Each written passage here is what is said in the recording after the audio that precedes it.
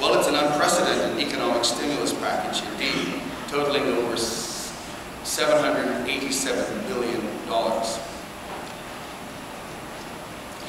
It's actually quite interesting that it equals about 5% of US GDP, whereas the New Deal in the 30s, by comparison, represented only 3% of GDP at the time of its passage. The new ARA Act comprises over 1,200 pages, and so I'll not go into it in the kind of detail that we'd like to. But it is quite important in terms of what it will do. We will have a membership session after the forum ends on Wednesday to discuss this in greater detail. But for now, I will simply say that the Act provides significant funding for many of the things that are important to us.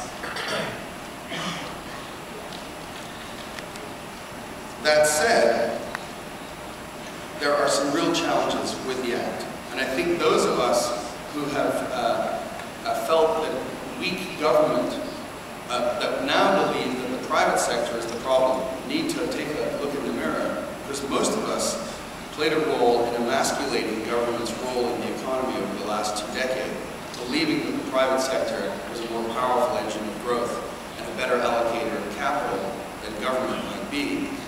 So we're now in a situation where government is somewhat emasculated, and it's going to be a massive challenge and hugely complex for government to be able to gear up to get that money out of the door. And in the US, the new Energy Secretary, Steve Chu, has acknowledged this.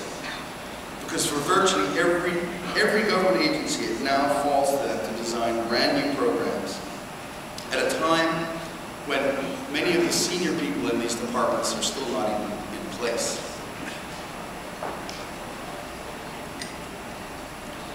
Furthermore, will the private sector be prepared to match the grants that are on offer, the loan guarantees, or are we still going to hoard our capital for the essentials? But of course, the same is true for consumers. We're making a rather large bet that we're going to get there. Furthermore, where do we really want to go with all this stimulus? Is it really just a short-term prop to help us conserve old jobs? Or do we know where the future will take us?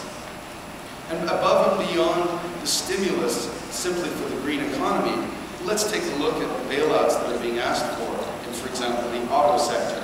Do we really want to invest $80 billion in that industry when $1 billion for many of the new startups bringing together electric cars and flexible fuel transportation to the market would go a very long way indeed? In fact, most of the stimulus package analysis tells us that job creation will cost $100,000 a head, whereas historically, the community that I come from, the venture capital industry, has created jobs at around $4,500 a head.